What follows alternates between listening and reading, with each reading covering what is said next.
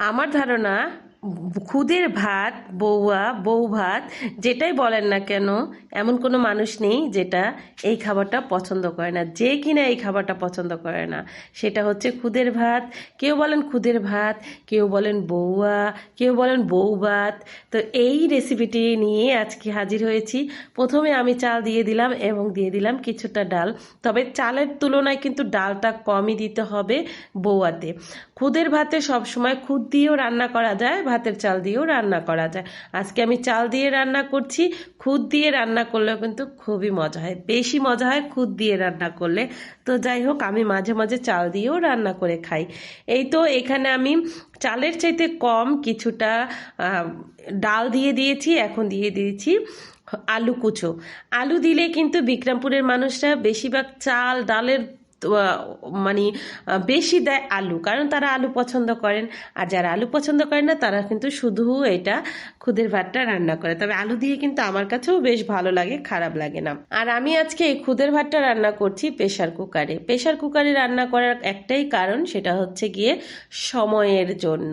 হঠাৎ করে ঘুম থেকে উঠে ভাবলাম আজকে খুদের ভাত রান্না করে খাবো, আর অনেক পদের ভর্তাও আছে ফ্রিজে, সেগুলো দিয়ে আজকে খুদের ভাত খাবো। তো এই জন্যই কিন্তু তাড়াতাড়ি করে রান্নাটা বসিয়ে দিচ্ছি। আর প্রেশার কুকারে রান্না করলে কিন্তু রান্নাটা তাড়াতাড়ি হবে, আর খেতেও কিন্তু খারাপ হবে না, খেতেও কিন্তু খুব ভালোই হয় প্রেশার কুকারের রান্না। এখানে আমি পরিমাণ মতো তেল দিয়ে এখন চাল ডাল আলু ধুয়ে ঝরা দিয়ে রেখেছিলাম সেটা দিয়ে দিচ্ছি। আর সেটা দেওয়ার পরে কিন্তু আমি শুধু তেলে ছেড়ে দিয়েছি, তেলের ভিতরে কিন্তু কিছু দেইনি, শুধু তেলেই আমি চাল ডাল আলুগুলো ছেড়ে দিলাম। এখন আমি যেটা করব সেটা হচ্ছে তেলে ভালো করে চাল ডাল আলু সব কিছু কিন্তু ভেজে নেব। আর এই তেলে কিন্তু আস্তে আস্তে ভেজে নিতে হবে। আর প্রেশার কুকারে কিন্তু সবসময় রান্না করার আগে এটা চিন্তা করে নিতে হবে যে আগে ভালো করে ভাজতে হবে। এখানে আমি সামান্য একটু আদা রসুন বাটা দিলাম, আর দিব পেঁয়াজ রসুন কাটা দিয়ে দিব এবং কাঁচামরিচ ভেঙে দিয়ে দিব। দেওয়ার পরে দিয়ে দিব কিছুটা লবণ, তারপরে কিন্তু ভালো করে ভেজে নেব। আর চালগুলো খুব সুন্দর করে ভাজতে হবে তেলের সাথে, একেবারে খুব সুন্দরভাবে ভাজতে হবে। একেবারে মন্দা জালে ভাজতে হবে, যেটাকে বলে মন্দা জাল, দেশ গ্রামের ভাষাতে বলে মন্দা জাল, আমরা বলি অল্প জালে ভেজে নেব। এই তো পেঁয়াজ রসুনগুলো দিয়ে দিচ্ছি, আর হচ্ছে কি এখন সুন্দর করে আমি এটা ভেজে নেব। এখানে অনেকে চাইলে কিন্তু হলুদ দেয়, আবার অনেকে সাদা বুয়াটাও রান্না করে, তবে দুটোটাই মজা লাগে।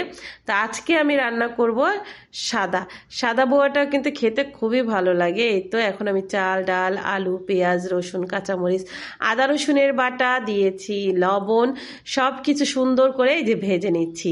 আর ভাজাটা কেমন ভাজতে হবে সেটা আপনারা ভাজতে ভাজতে কিন্তু একসময় বুঝে যাবেন যে ভাজাটা কেমন হচ্ছে। এই যে লবণটা কিন্তু এই পর্যায়ে এসে দিয়েছি, চাইলে আপনারা সাথে সাথেও দিয়ে দিতে পারেন, তবে আমি এই পর্যায়ে এসে লবণটা দিলাম। তো এই তো ভাজাটা, যেটা বলছিলাম, ভাজাটা আপনারা বুঝবেন যে চাল ভাজতে ভাজতে একটু সাদা সাদা হয়ে যাবে, পুরপুর পুরপুর হবে, তখনই বুঝে নেবেন যে চালটা ভাজা হয়ে গিয়েছে। আর এই ভাজাটা কিন্তু অনেক গুরুত্বপূর্ণ। অনেকে কিন্তু হাতে মেখেও বউয়া রান্না করে, সেটাও ভালো লাগে, আর ভেজে রান্না করাটাও ভালো লাগে।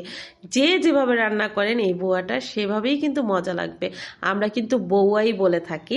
আবার এক এক দেশে এক এক রকমের খাবার নাম বলে, খুদের ভাত, তারপরে হচ্ছে গিয়ে কেউ বলে বউয়া। তো যে যেটাই বলুক, কিন্তু আমরা কিন্তু খুদের ভাত, আমরা কিন্তু বউয়াই বলি বেশিরভাগ। মাঝে মাঝে খুদের ভাতও শুদ্ধ ভাষায় বলি, তো গ্রামের ভাষাতে বউয়াই বলি আমরা। এই খাবারটা কিন্তু বিক্রমপুরের মানুষ, শরীয়তপুরের মানুষের কিন্তু বেশি পছন্দ। তো যাই হোক, এই তো আমি সামান্য পানি দিয়ে দিলাম, কারণ সামান্য পানি দেওয়ার কারণ হচ্ছে গিয়ে যে আমরা এটা প্রেশার কুকারে রান্না করছি, আর প্রেশার কুকারে রান্না করলে তো পানি বেশি লাগে না। প্রেশার কুকারে বিরিয়ানি, তেহারি, তারপরে সাদা পোলাও, খিচুড়ি, ভুনা খিচুড়ি, বউয়া যেটাই রান্না করেন না কেন, অল্প পানি দিবেন, সামান্য পানি। এই যে দেখেন আমি কেমন পানি দিয়েছি, গামাখা গামাখা পানি দিয়েছি। এভাবে গামাখা গামাখা পানিটা দিলে কি হয় যে আপনার মানে সুন্দর ঝরঝরা খিচুড়ি, বউয়া, পোলাও, বিরিয়ানি, তেহারি যাই রান্না করেন না কেন, ওইটা কিন্তু একটু ঝরঝরা হবে।